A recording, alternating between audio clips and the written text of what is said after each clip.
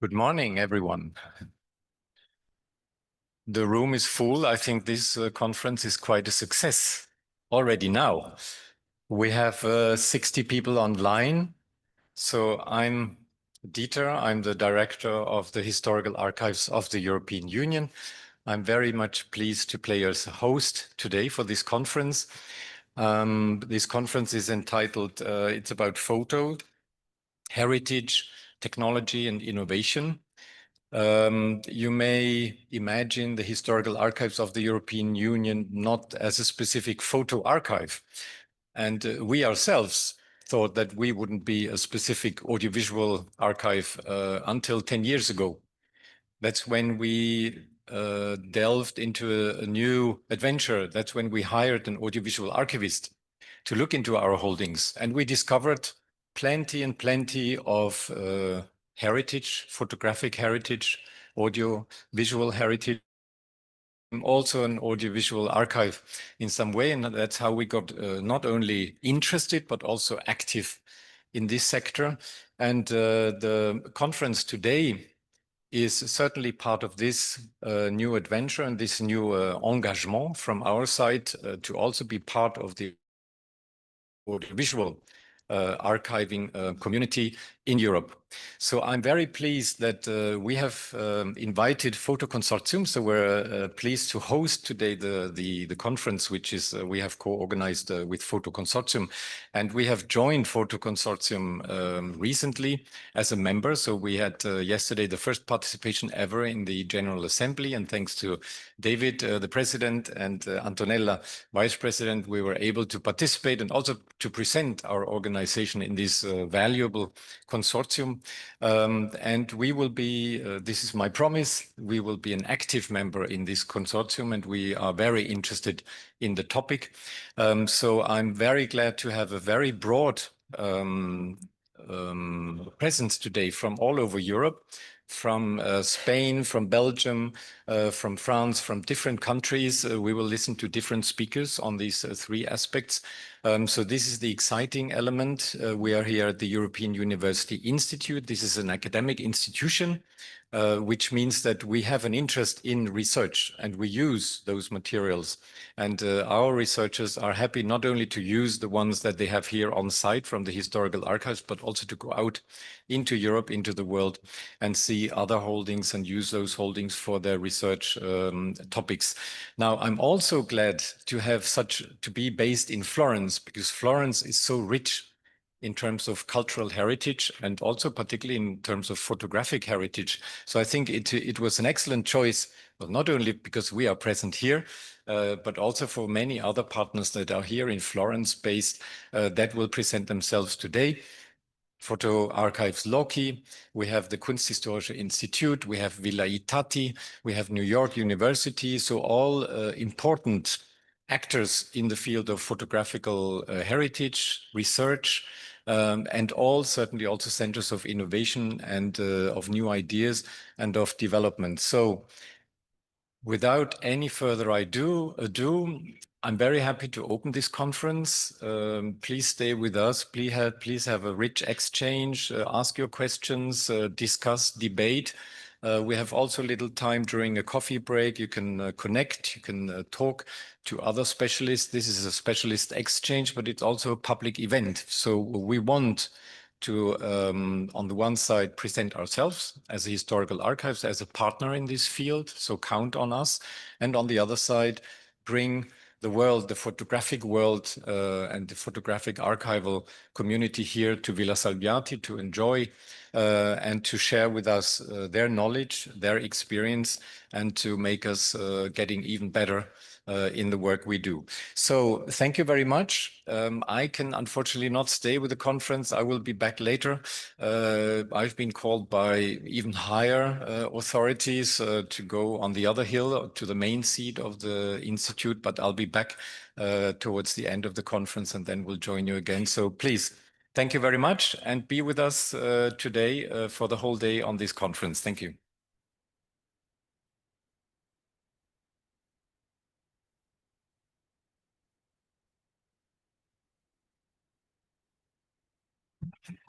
would suggest that Scott joins us as a panelist of the first panel. We had already a nice introduction of the work day, and from Dieter, we are very proud to be hosted by the historical archives here in Florence. For us, it is a big honor, and the Photoconsortium is also very happy to have this collaboration with the historical archives. I would invite you to take advantage of the publications that are on the table at the entrance, because they represent for Photoconsortium and for the project EUreka3D and EUreka3D-XR that is supporting this day of working together. They represent the new frontier of heritage. I have just a concept that I wanted to share with the participants and with the panelists. We entitled this first panel Heritage, and we are used to talk more and more of digital heritage. But I remember that some years ago I was asked by a colleague, but what do you intend with digital heritage? Because do you intend the digitization of the objects, the pictures of a building, or what is this digital heritage? Now, more and more we talk about the digital transformation of the heritage sector that, in my opinion, reflects better what we are talking about. Because there is a digitization process that enters into the practices of those who work with heritage and into the management of the archives. So where the heritage is preserved, made accessible, and made usable and reusable. So today we try to enter and to navigate in this complex matter that is processes, practices, archives, preservation, access, use and reuse. So it is a whole world, and digital heritage wants to represent this complexity. I have no time to talk more with you today, and I'm happy to introduce our panelists. We have the first panel that is entitled Heritage, as I told you, with the three panelists, Erika Ghilardi, Scott Palmer, and Muriel Prandato. So I would give the floor to Erika first. Erika is a director at the Archivio Foto Locchi in Florence. For those who are from Florence, this is an institution that it's impossible to miss. And for those who are listening at us from Europe, please enjoy the presentation of Erika. Thank you, Erika. The floor is yours.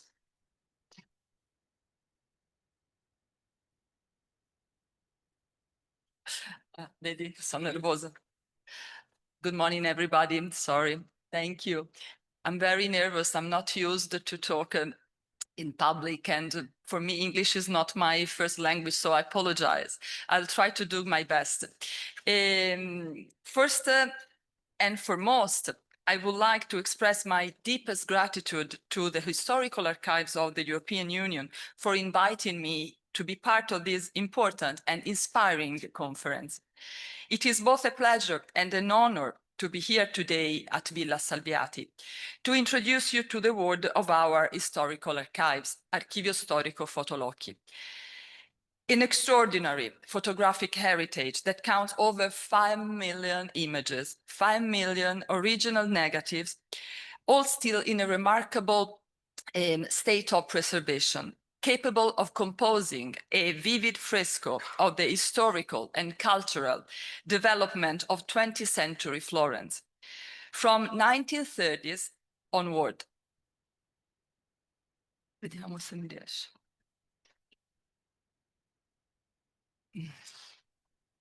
Sorry. Okay. Here, like that. Okay. This vast archive is placed under the protection of the Italian Ministry of Culture and is recognized internationally for its historical and artistic value. I'm particularly grateful for the opportunity to take part in this enriching collective reflection, a moment to bring together different perspectives and experiences and to cultivate a deeper collective insight into the great potential, as well as the underlying complexities and latent risk that technological innovation presents to our work in safeguarding, preserving, enhancing, and sharing the heritage of collective memory contained in our historical archives with the public. Before going any further, allow me to share a few words about Archivio Storico Foto Locchi. I represent the fourth generation of my family to have run the Studio Arte Tecnica Fotografica Foto Locchi for almost a century. Foto Locchi was founded in 1924 by Cavalier Tullio Locchi.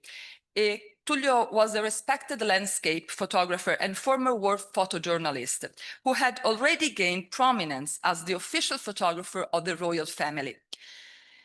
At the climax of his career, Tullio opened his own studio in the deep heart of the city, in a square that at the time was known as Piazza Vittorio Emanuele II, now called Piazza della Repubblica, a place considered the city's cultural and social center. The Foto Locchi studio was located right next to the famous literary cafe Giubbe Rosse. Sadly, after just 2 years founding the studio, Tullio Locchi passed away unexpectedly at the age of only 29 following a tragic accident. Tullio left no children, and the studio passed to his widow at a time when it was rare for a woman to manage a business salon. She turned to her husband's most trusted collaborators and founded a new company with them. That is when my family entered the story. The collaborators who took over the studio together with Tullio's widow were my grandfather, Silvano Corcos, and his uncle Umberto. At the time, my grandfather was not yet 20. He had entered the studio under the protective wing of Uncle Umberto, having lost his father at a young age. Although still very young, Silvano quickly proved himself to be not just a skilled photographer. For working at Foto Locchi, you had to be good, but also a truly gifted entrepreneur. Under his guidance, Foto Locchi continued to grow and flourishing. It became the official photographer of the city, serving the mayor's office, the local institution, and Florence's leading cultural venues such as the Maggio Musicale Fiorentino, as well as many of the city's most important economic entities like Nuova Pignone, nowadays Baker Hughes, and the great names of Italian fashion, Salvatore Ferragamo, Gucci, Pucci. Though this collaboration, Foto Locchi found itself documenting the extraordinary rise of the finest expressions of Florentine excellence, such as, for instance, the very birth of Italian fashion itself. To give you a sense of what Foto Locchi meant for Florence, let me share a small anecdote, a curious detail that says a lot about our place in the life of the city. At the time when there was no television and the internet was still far beyond imagination, Foto Locchi's 3 large windows, you can see here, 3 large windows in Piazza Vittorio played an extraordinary social role. Each day, the most significant images of the city's life were displayed there, turning those windows into a kind of early public newsfeed. In a way, they were Florence's original Facebook and internet, a place where people gathered to see what had happened, to recognize themselves, to comment, or simply to feel part of the city's daily life. Another key aspect of my grandfather's legacy was his remarkable foresight, a truly pioneering vision for his time in an area when the studio employed as many as 20 or 30 different photographers and produced hundreds of images daily. He understood the importance of preserving this vast corpus, not just for immediate needs, but for the benefit of for future generations. In the 1930s, he invented an archival system based on an alphanumerical structure that was extremely simple, but at the same time also extremely effective. Each image was assigned a unique code, ensuring clarity, consistency, and referential integrity. Thanks to this approach, the system remains perfectly compatible with modern digital database, something we fully appreciate today, as we have been engaged for over 20 years in the complex process of digitizing the entire archive. Now, I would like to pause for a moment to reflect on how I define the identity of Locchi. Throughout this talk, I've referred to it as a photographic atelier and as an art studio. Well, to tell you the truth, I like to call it a bottega, not in the modern or commercial sense of the word, but in the way it was understood in the Renaissance, a place of craftsmanship, learning, and artistic transmission. Just like in the measure arts workshop, those of painting, sculptures, even in this new modern art form that is photography, young apprentices would enter the bottega at a very early age. In Italy, we say they arrived in calzoni corti, meaning in short trousers, a poetic way of saying they were still boys.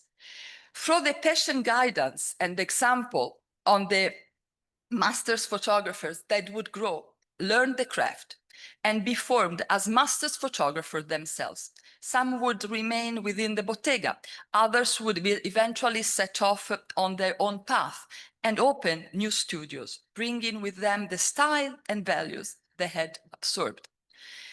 It was thanks to this tradition, passed down from masters to apprentices, that a distinctive photographic style took shape within the Locchi bottega. Though our photographers were photojournalists, working with precision and objectivity, their images always carried a poetic, almost lyric quality. In particular, what set them apart was a focus on the human figure, especially people at work.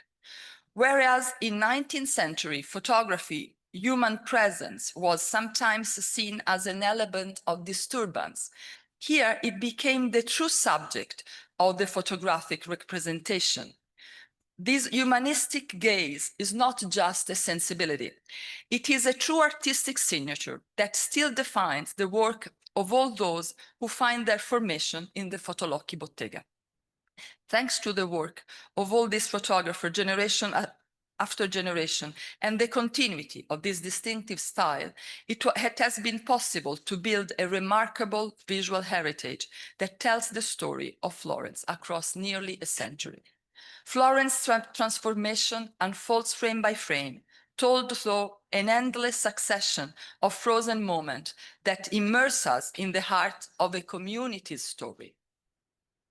The city landscape reshaped under the fascist regime, frame scenes of somber uniforms, masses awaiting the Mussolini's words,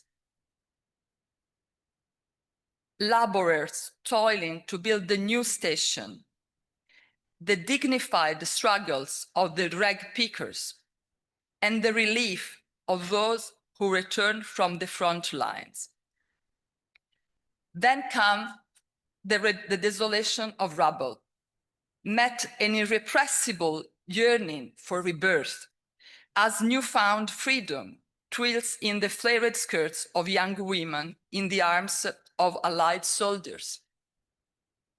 The glittering chandeliers of the White Room cast a brilliant light over a new Paris, born, from the vision of pioneering mind.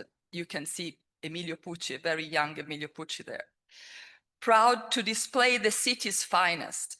The rebuilt bridges and restored order bring a renewed grace to the street and squares once guided by the holy Major, Giorgio Lapira.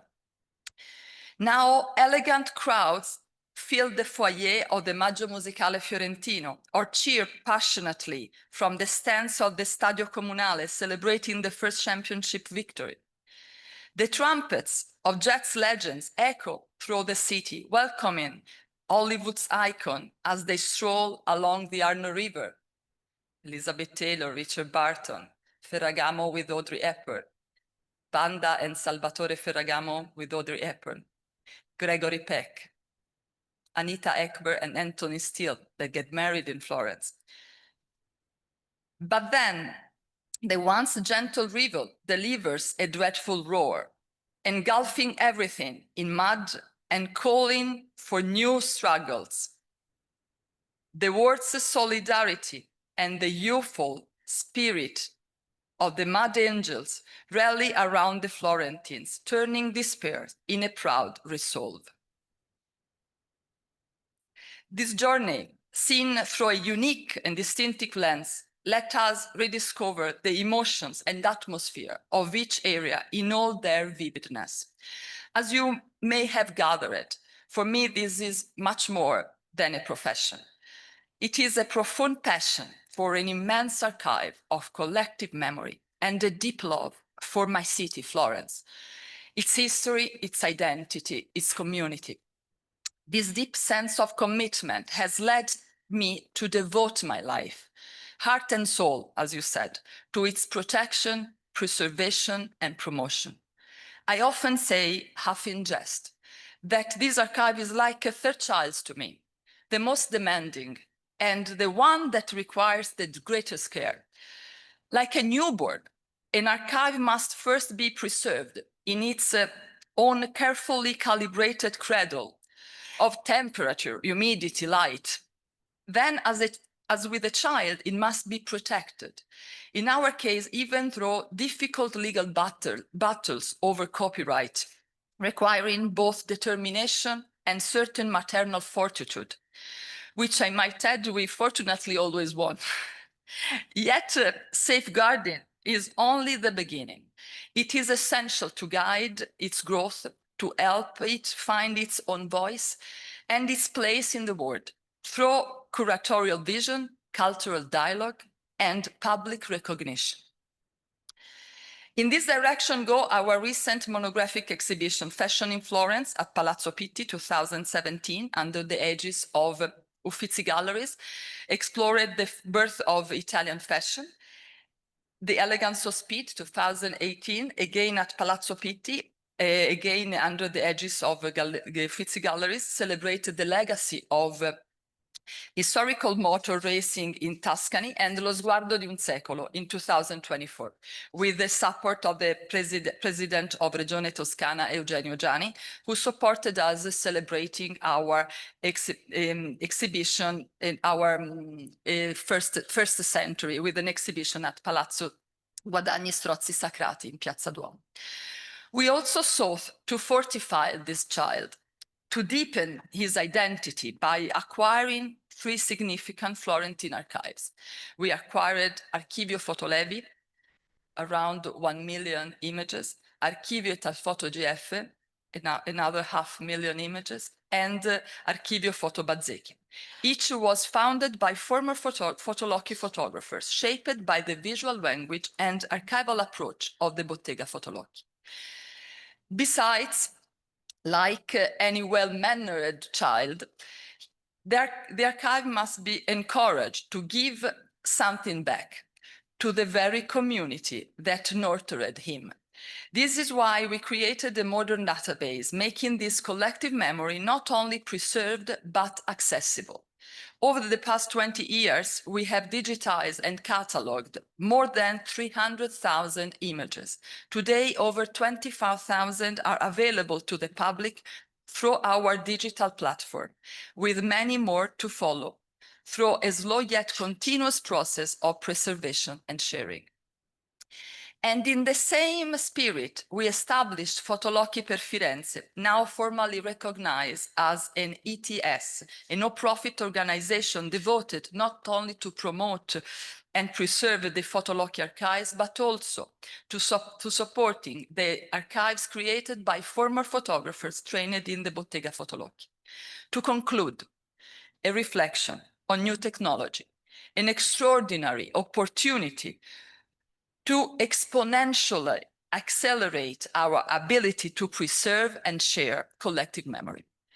It is with the same maternal gaze that I approach artificial intelligence. We have a moral duty to harness its potential while remaining aware of the risk it entails. To name but a few, the risk of superficial, decontextualized and distorted descriptions when AI interprets archival material without expert guidance. The growing difficulty of protecting copyright in a world of expanding digital exposure, and the creation of synthetic images that imitate historical ones, undermining the authenticity and singular value of original content. We must be careful anyway, as you said, not to throw out the baby with the bathwater. In Italy, we say non buttar via il bambino con l'acqua sporca. We must embrace these tools with discernment, safeguards, and responsibility. Archives are not and must never become dusty relics of the past. Especially in a world increasingly shaped by technology, historical archives must serve as a force of humanization and safeguard of authenticity. They offer younger generations the opportunity to stand on the shoulders of giants, to draw from the wisdom of the past, to interpret at the present with greater depth, and to envision a future that could be more conscious, more just, and firmly rooted in historical awareness. Thank you.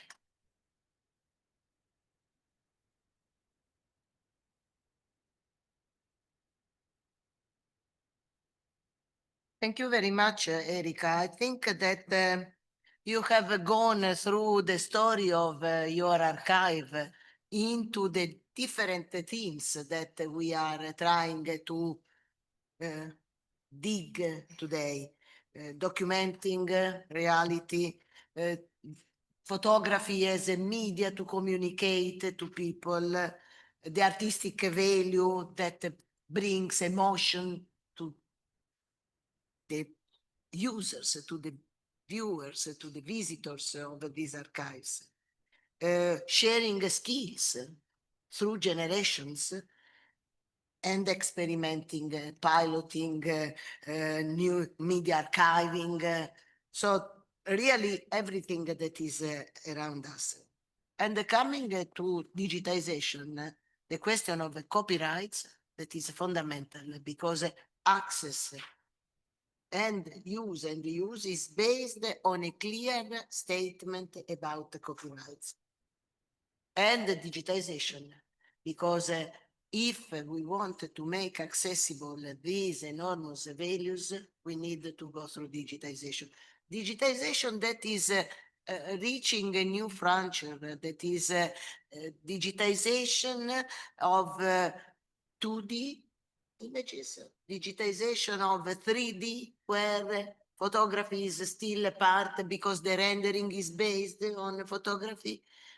Use of artificial intelligence to reproduce portion of a reality that do not exist anymore in the physical world, but exist in the archives, and we will hear about this in the afternoon. So thank you very much, and it is a time to move to Scott. Scott Palmer, lecturer and a senior coordinator for digital learning and innovation at the New York University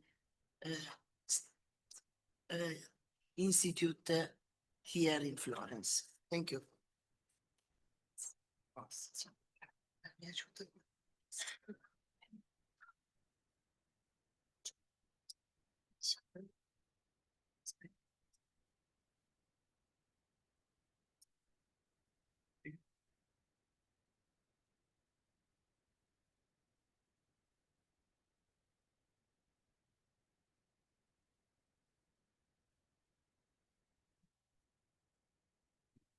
So I'm very happy to be here to talk on behalf of New York University Florence, which is a neighbor of the Historical Archives just down the road in Via Bolognese, about halfway up. So I could have walked here if I had planned better this morning, but it's very nice to come and see my neighbors here whenever possible. For presentations and events of this nature, often I work very closely with Francesca Baldry, the Acton Collection manager. Fortunately, she can't be here today, so I will do my best to honor her point of view in this, telling the story of the Acton family in particular. She is a sort of wealth of information about that. My connection to the photo archive to a certain extent is more technical in the vein that Antonella just mentioned. She and I are the co-coordinators of the digitization project of the photographic archive, which began in 2019 and which is ongoing. So I'll talk about the Acton family, the composition of the collection, and a little bit about our objectives in digitizing and eventually the sort of access side of that process.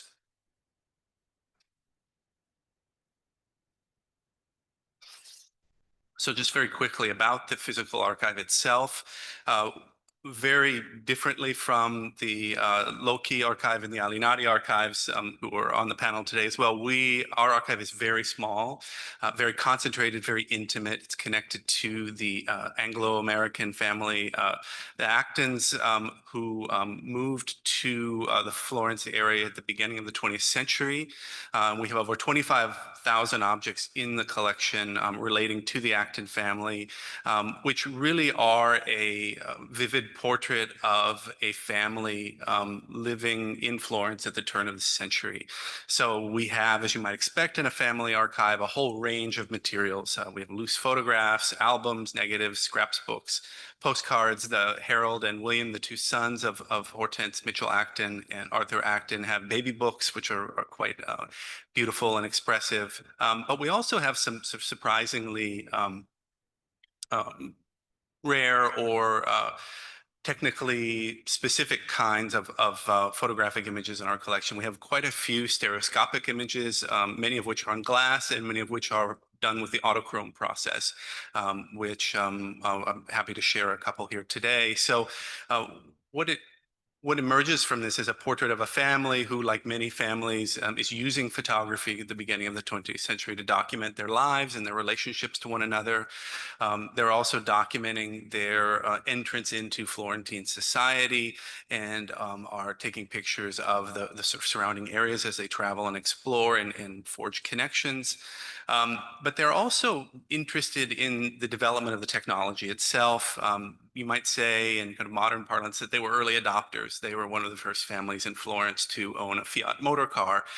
They installed indoor plumbing in Villa La Pietra relatively early, and their interest in and creation of photography is very much, I think, in keeping with that sensibility. So the archive is organized around 10 series. The first two series, sub-series 1 and 2, are focused on the family themselves and the gardens and grounds of Villa La Pietra. And I think I'm going to focus on those primarily for the interest of time. We have other series that are related to the collection of art at Villa La Pietra and more broadly Italian art throughout Italy. And also the many trips that the Acton family took. Harold Acton, who bequeathed the property to New York University upon his death in the early 1990s, spent quite a few years in the Far East. So we have photographic documentation of his time in Beijing as well.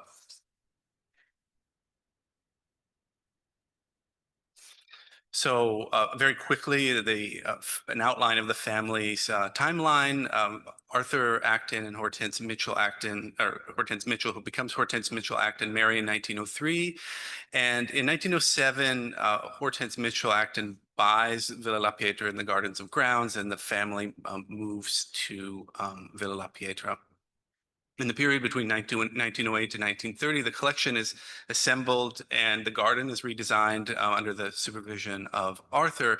And this is really, in some ways, the most concentrated period of photographic materials that we have in our collection. Those first 4 series in particular document this process quite painstakingly. From 1932 to 39, Harold Acton lives and teaches in Beijing, as I mentioned previously. From 1941 to 1945, the fascist regime takes control of the property, and the Actons leave the villa until the cessation of the war. In 1953, Harold returns to Florence and resides permanently there until his death. And in 1994, as I mentioned, he dies, and the property was bequeathed to New York University.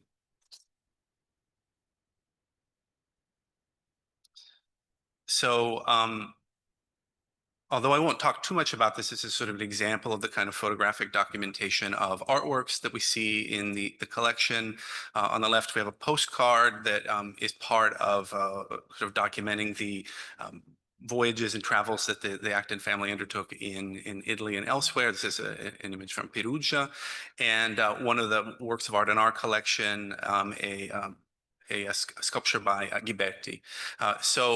We can see very similar in this respect to some other historical archives here in Florence, such as the Berenson Archive at Militati, that the Actons are documenting and actively engaging in kind of art community. They're collecting, they're building a kind of taste, as my colleague Francesca loves to say, about this sort of idea of kind of the Italian Renaissance that was sort of being reinterpreted and reimagined through a kind of Anglo-American sensibility. So these images here give us an example of some of the more striking images of the Acton family. We see here Hortense Mitchell Acton and her husband Arthur Acton in the center image. The 2 images on the left were from the Florentine photographer Mario Nunes Weiss. And we have all sorts of images that come from local Florentine photographers or photographers in the region, like Alinari and Locchi, among others. But the sort of main difference here, as we can see, is that these are photographs that were sort of commissioned and they're studio portraits for family use. So there's a degree here of performance and display, but we can also see the sort of beginning of a kind of archival hand, you might say. So we often talk at our kind of day-to-day working process of what does it mean to preserve a collection of family images that are assembled and organized according to a certain kind of sensibility? And Hortense was really the kind of family archivist in Villa Pietra. And what does that mean when you bring it into an institutional context? When you create an institutional archive, how do you preserve and balance those 2 different sensibilities? How do you organize things in series when the family themselves may have organized them and placed those objects in different places?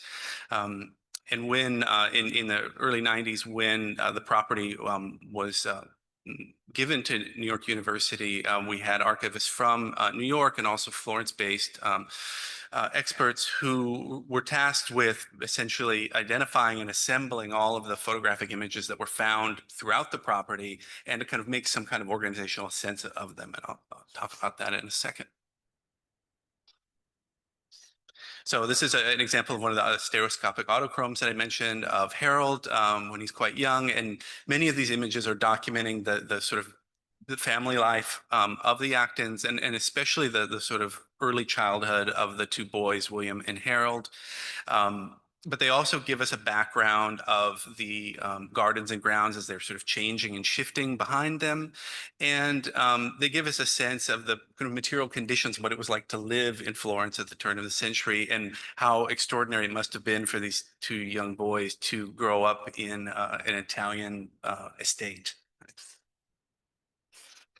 This is another image that I hadn't actually seen until earlier this week, but it struck me as a sort of very illustrative of what I'm talking about here. We're in a section of the garden, which is known as the Prato Ovale, which is sort of overlooking Florence. It's sort of the same position. If you're standing in the car park here at Salviati, you'll see this similar landscape from here. And we can see Arthur Acton here taking their dog Caesar out for a walk in the Prato Ovale. And we can see from these kinds of photographic documentations the way that the garden was structured before Arthur began an extensive redesign of the garden. So a lot of the work that we do, especially at the instructional level, and this is something that I'll talk about at the end of this presentation, is that we welcome undergraduate students from NYU in various disciplinary categories, and the collection and now the photographic archive, now that we've sort of began to open it up for a wider use, is a very significant instructional resource for us. And so using these images for various kinds of classes and various kind of entry points into understanding Italian culture or Florence at the turn of the century is a sort of significant area of interest and development for us. So going along with this theme of the sort of transformation and the sort of hand of the Acton family on Villa La Pietra, we're looking at Villa La Pietra, the main manor house. It's the estate is composed of 5 different historic villas, and this is the center one where the family lived. And we can see work being done on a kind of Renaissance revival gardens project, which didn't exist before, as we saw in the previous image. It was more sort of a rough kind of field. And Arthur began work on this in the last few years of the first decade of the 20th century. And so we can see a documentation of that process. We also have images with very interesting annotations. Here we see the same fountain from the opposite perspective, and the annotations on the back indicate the size and the composition. So we have a sculpture from the 17th century that's being placed on the top of a 16th century bowl, and we also see some pricing information of what it would cost to sort of put all these things together. And so for those who are interested in sort of looking at the sort of history of garden design and landscapes, in fact, we have courses that study precisely that. These kinds of resources are really, really interesting things to bring to students. Here, this is a kind of a classic before and after image that I think that's illustrative also of the Acton's hand and their sensibilities. On the left-hand side, we see the Sala del Pranzo, which is on the ground floor of Villa La Pietra, as it appeared when they took control of the property. It has a kind of Baroque, almost kind of French style of furnishing in it. And then you can see on the right what the Actons how the Actons transformed that. And so we have something that's more corresponding to a kind of, again, kind of revised or Anglo-American sense of what the Italian Renaissance aesthetic would look like. They've brought in, sort of early primitive medieval art and have sort of arranged things in a more sort of simple and sober arrangement. So we have a whole range of images that allow students and researchers to kind of understand how the sort of creation of taste and sensibility changes over time, and how that can affect these sort of wider categories, such as the Renaissance, which our students will often come with an understanding of it as a kind of monolithic concept. And one of the sort of work that we do with them, whether it's in an art history course or in a gardens and landscapes course, is to sort of unpack those kinds of terms. This is an image of the Acton's bedroom, Hortense and Arthur's bedroom upstairs. And so we are able to, through the photographic documentation, understand all sorts of other changes that are going on in the villa. We see how they lived and sort of how they, what they surrounded themselves in their daily lives. But we can also see some significant changes, in this case, an institutional choice. You can see above the fireplace is an image of the Holy Family by Giorgio Vasari. It's probably the best known object that we have in the collection. And New York University chose to move that down ground to the Sala del Pranzo to facilitate access to it, so that when we have the tours that go through the villa, usually they are on the ground floor. So there's been a few changes to the original configuration of the Acton family, but thanks to the photographic documentation, we're able to reconstruct those original choices. So these are a couple images from subseries 7, Harold's time in China. And we've had a number of digital exhibitions over the last couple of years that have focused on Harold's interest in the Far East, the time he spent there. He became relatively fluent in Chinese, translated poetry, and also maintained those connections upon his return. And one of the I think most interesting things about our collection, although it is small, is that it is layered with a number of different kinds of materials. So we have an art collection, we have the photographic archive. Hortense was an avid collector of haute couture dresses, so we have a whole set of textiles that are also made available in particular for instruction. We have a course in the history of Italian fashion, for example, that visits every semester to see those. We also have this sort of storyline that connects us to a more kind of global frame, which is also a part of the story of the 20th century, but it's also very indicative and reflective of the New York University's academic footprint in the world. As you may know, it's a university that has many sites throughout the world, including a campus in Shanghai. So just a couple words about creating a digital archive. I talked about this sensibility, this desire that we could continue to revisit about how to take what the Actons created and also what they appropriated and reconfigured upon their arrival, and try to sort of maintain traces of that while we pursue the institutional aims and requirements of our university. So for the photographic archive, this is a sort of a brief timeline of the process that this collection has gone through to become a kind of institutional archive.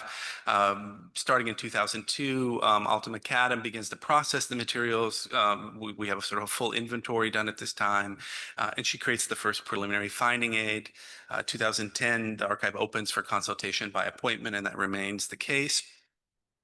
Plans for digitization, really prompted by Francesca, began in 2011 and 12.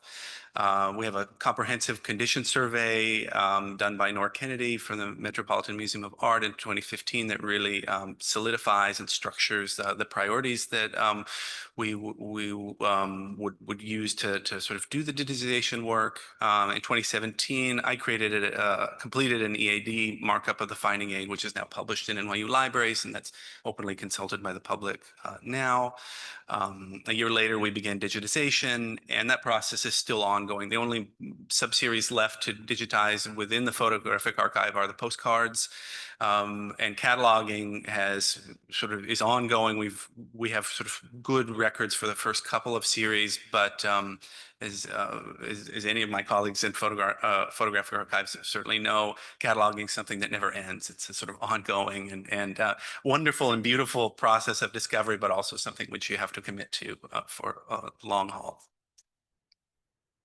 And this is just a screenshot of the finding aid that you can find via NYU libraries or via our website at lapietra.nyu.edu. This is the project team that has worked on the digitization project, Francesca and myself on the New York University side. Centrica, a Florence-based digital imaging company, has been our partner and vendor in this process, led by the owner and project manager Paolo De Rocco. Pamela Ferrari and Elisabetta Corsi have been instrumental in helping us work through this process, which I mentioned is ongoing and still very much part of our daily operations at NYU Florence. Our digitization was undertaken according to NYU's digitization standards, and all of the digital masters are deposited at NYU libraries. We're doing what they call a tier 1, a full color digitization, which consists of 24-bit TIFF images at 600 pixels per inch. We for the most part, scan the front and the back, assuming that there's information on the back, which in our case turns out to be about 60% or so of the images have markings or information on the back of them. And the sort of other technical information here related to the long-term preservation of these images. So all of the technical metadata is submitted and is part of the deposit of the digital masters. We use TMS collections for the cataloging of the photographic collections and our sort of broader art collection as well. And that process, as I mentioned, is ongoing and it's still very much under development. We also do quite a bit of conservation work at NYU Florence on the art collection, also on photographs and other works in print and in paper. And this in the summer in particular, we have quite a few colleagues that are coming from New York, from the Institute of Fine Arts and the Conservation Center to do that work.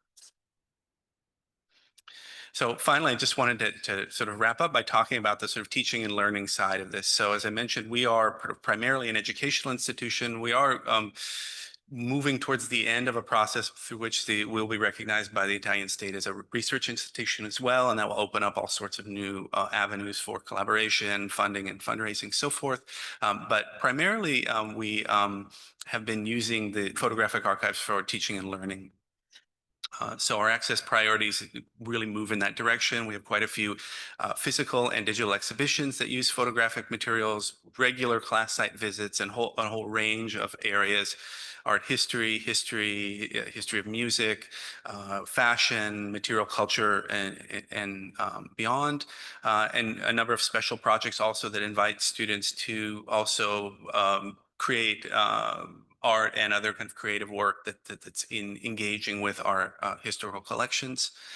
So we're providing opportunities for NYU students to interact with these collections in a kind of innovative and academically relevant way.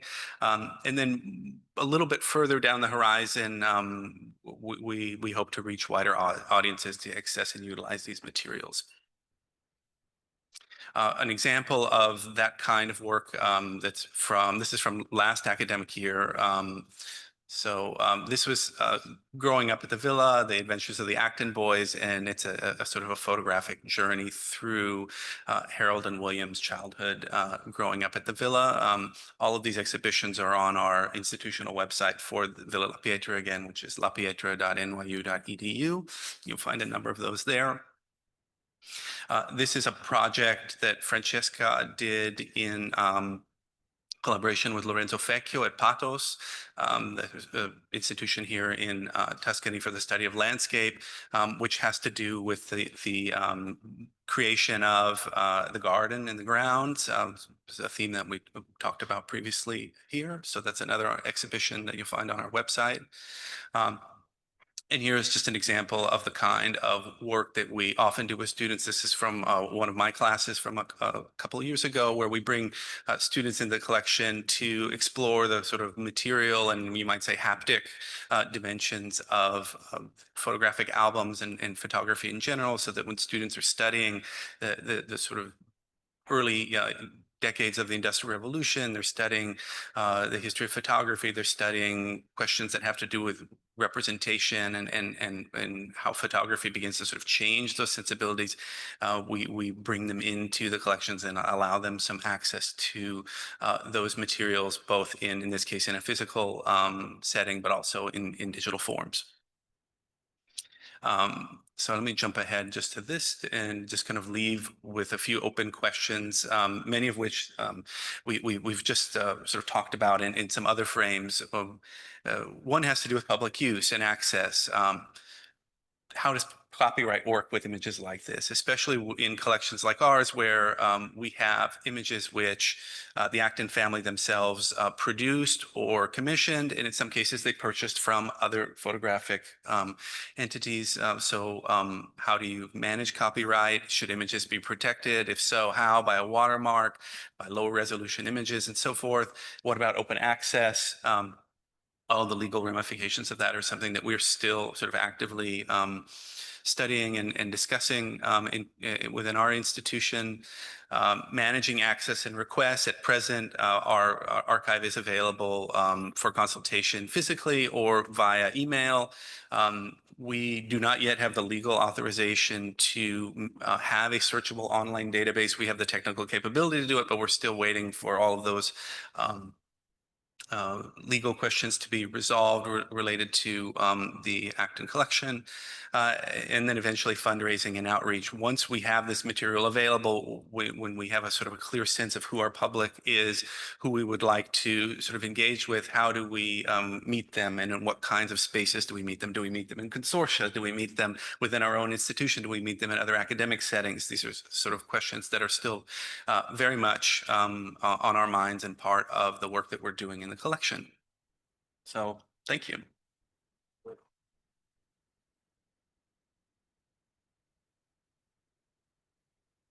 Thank you very much, Scott.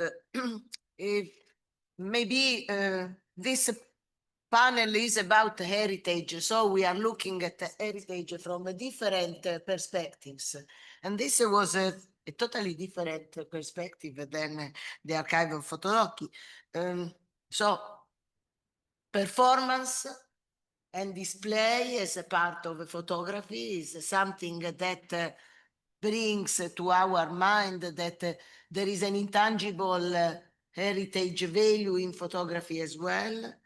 The family collection, which is the context, because we always try to avoid the contextualization, but which is the context of a family collection, the historical context, the artistic one, the family interest, because that is another context, the private interest. And I was thinking that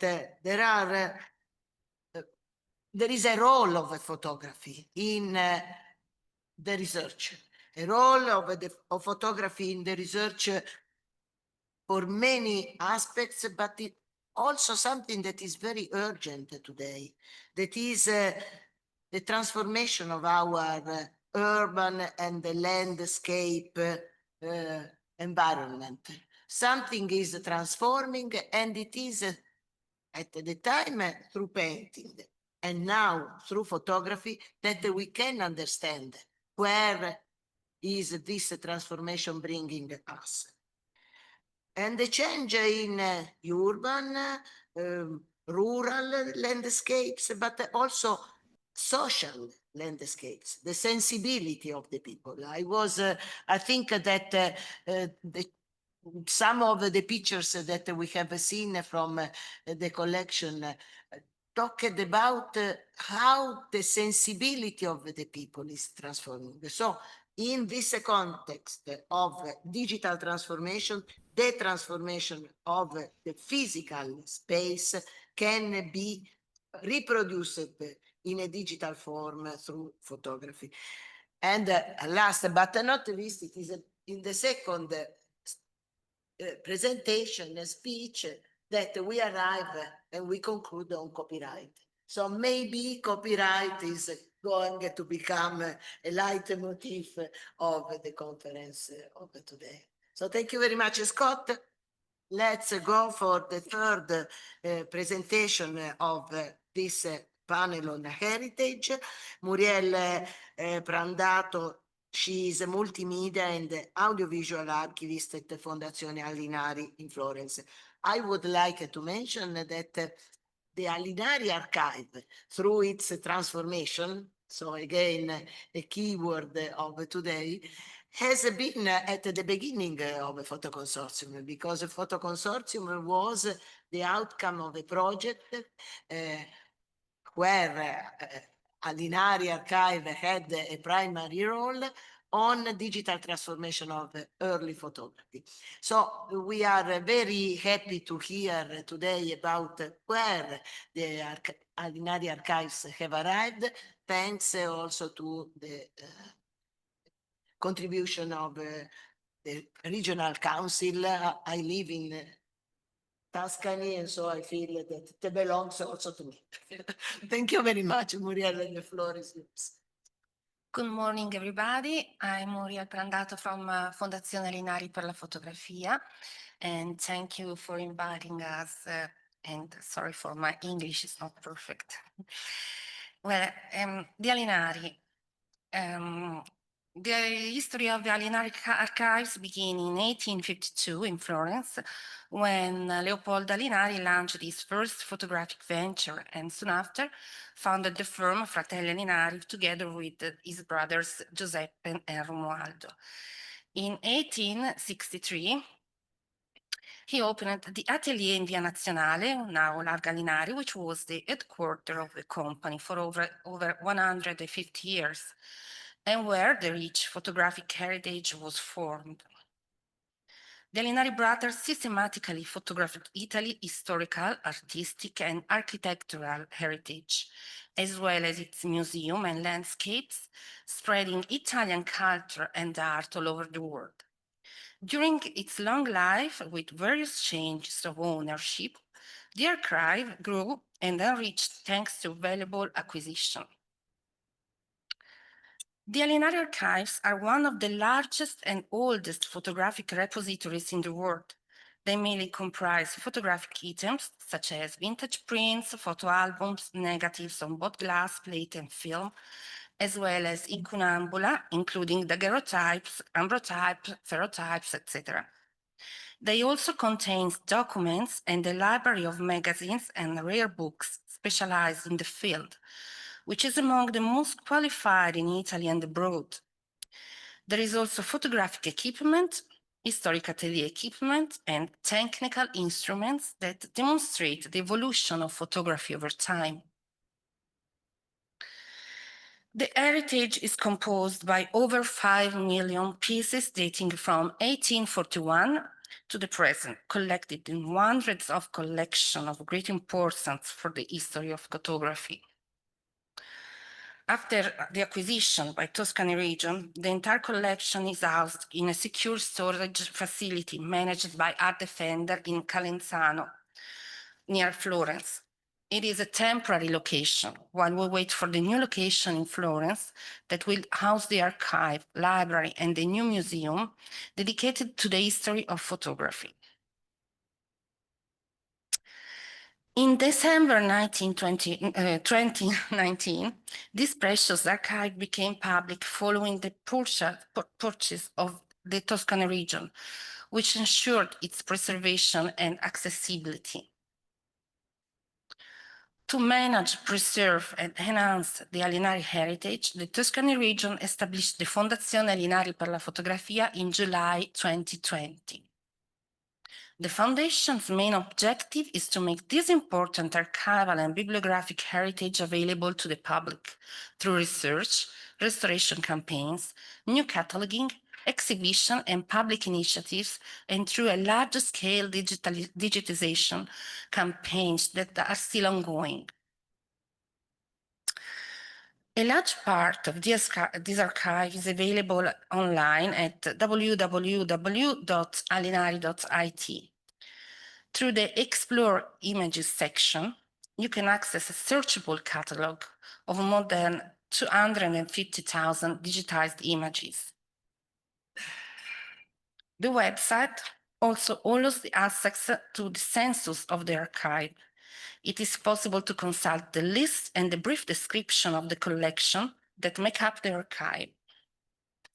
The files provide information on the names of the collection, the sites, the nature of the holding and their personality, as well as the circumstances associated with the photographic production.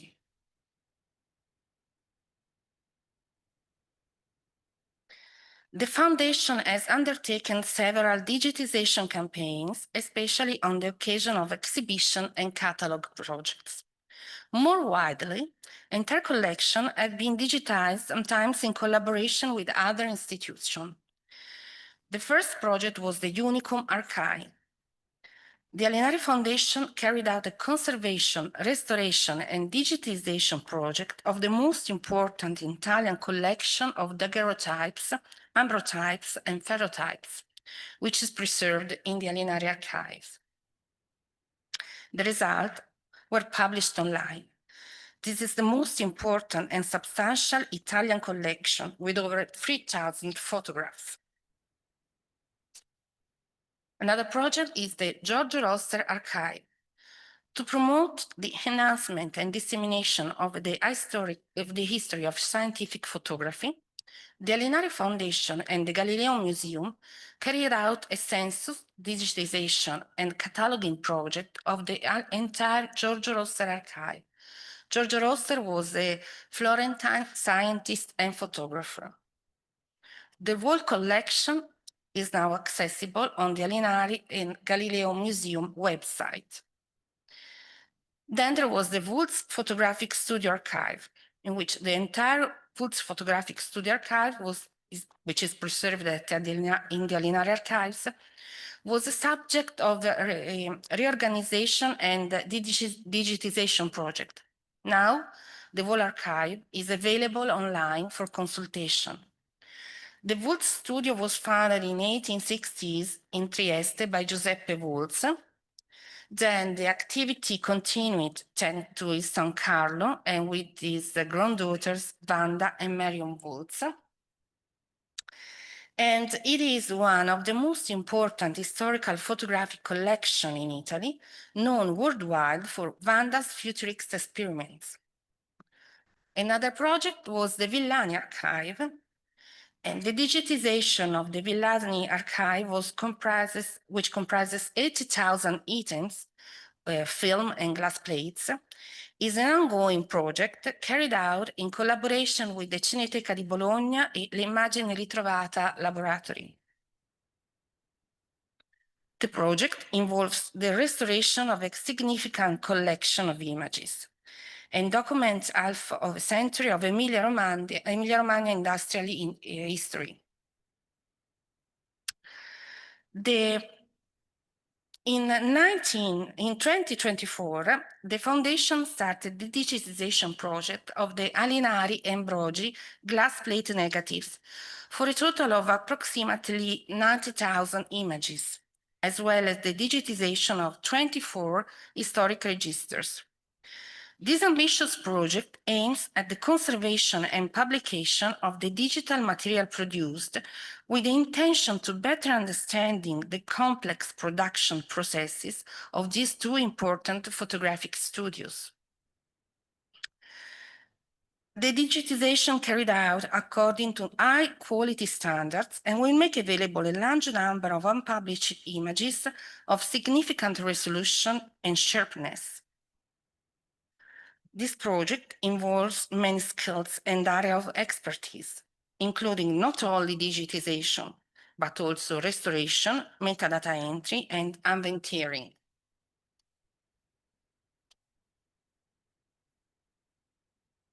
This wide digitization campaign implemented by PNRR involves many museums, archives, and cultural institutions. However, this is just the beginning of a long journey toward a significant change in how cultural heritage is used. This huge number of images, documents, and works, many of which are unpublished, are being released into the digital world at a time where tools that fill on digital content are being developed simultaneously. These tools include AI, generative intelligence, and augmented and virtual reality, as well as digital and physical digital worlds, also known as phygital. This digital raw material, together with the technology's tool, is made available for a new narrative of the cultural heritage that still needs to be created. Therefore, in order to create a valuable content, the raw material, the result of the digitization, must also be of a high quality. The decision about which content to make accessible is fundamental and lies with the cultural institution, who aim to build a coherent visual culture. The institution responsible for preserving and enhancing physical and digital heritage must set up this mechanism, establish these rules and objectives, and monitor the longer-term process.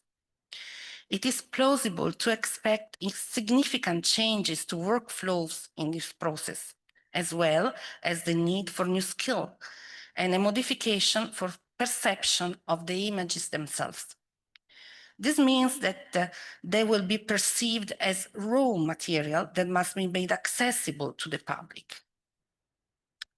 One small example of this approach is making negative plates available to the public in inverted form. This simple step makes the image easily readable through inversion, and the restitution is just the negative, would be difficult to appreciate. Until now, the next step after the digitization was the publication of images in online databases, with hardly an intermediate step in between. Images were selected from the physical archive before scanning, and in the Alinari archives for many years, images were primarily selected based on subject represented, according to mostly aesthetic or commercial criteria. With the birth of the foundation, which manages the heritage on behalf of the public body, the Tuscany region, this mechanism has changed. The digitization projects carried out during the foundation first 5 years have been based on conservation and cultural enhancement criteria. It was decided to digitize the entire collection, such as Unicum, Roster, Woods, and Villani collection. Following this experience, an internal reflection on the digitization process was opened, and such as its characteristics, how to make it efficient, and its meaning in the archive. The aim was to consider how to interpret, enhance, and preserve the digital materials that would result from it.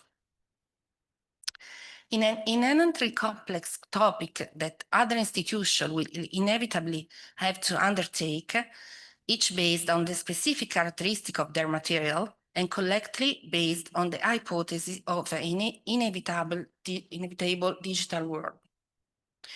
The Foundation has the task of reflecting on photographic themes, the material it preserves, the peculiarities of the photographic language that must be maintained even in its digital translation. And the Alinari Foundation preserves physical photographs and produces digital photographs in dialogue with each other. The role is to enhance the physical archive through digitization and to use digitization to expand the audience and the pool of content producers. There are many other uses.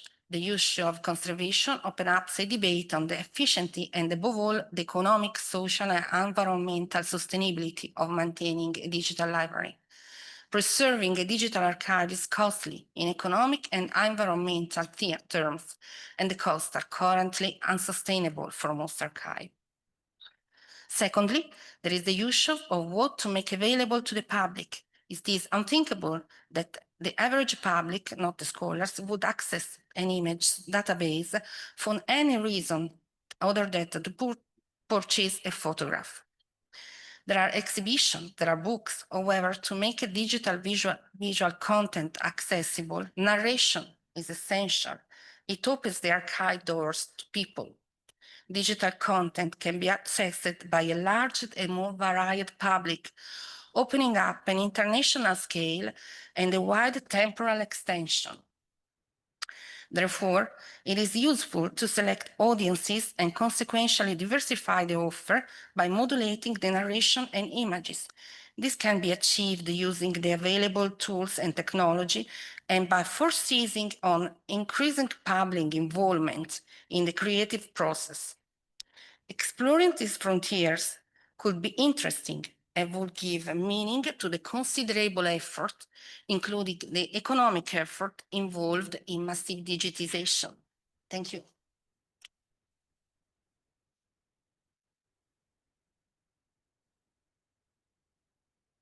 Thank you very much, Muriel.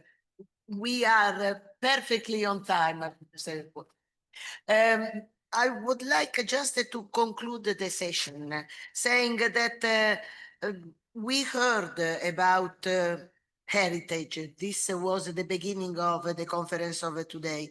And I think that the last 2 points that have been addressed by Muriel are relevant.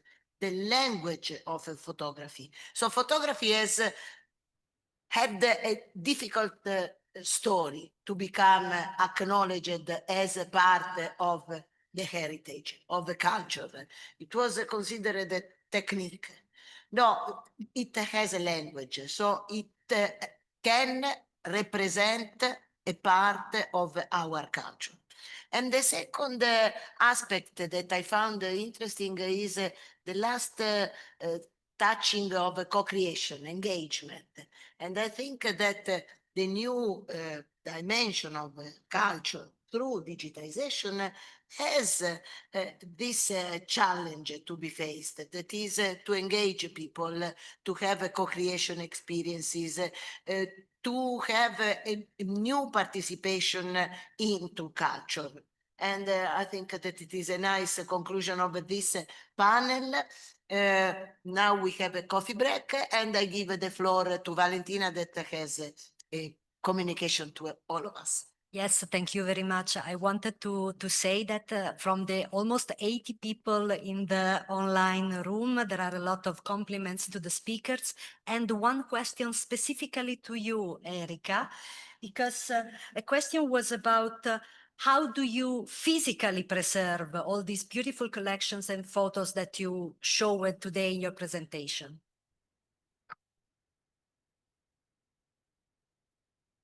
The negatives, because our heritage consistence is all negatives. There are more than 5 million negatives, are all perfectly preserved in special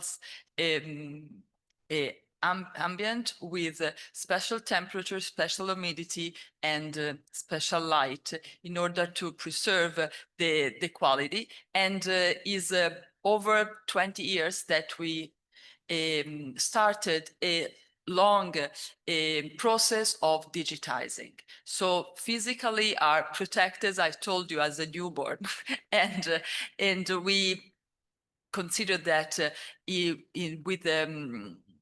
on monthly basis we also check the state of the health of this newborn, and so this is how we try to protect.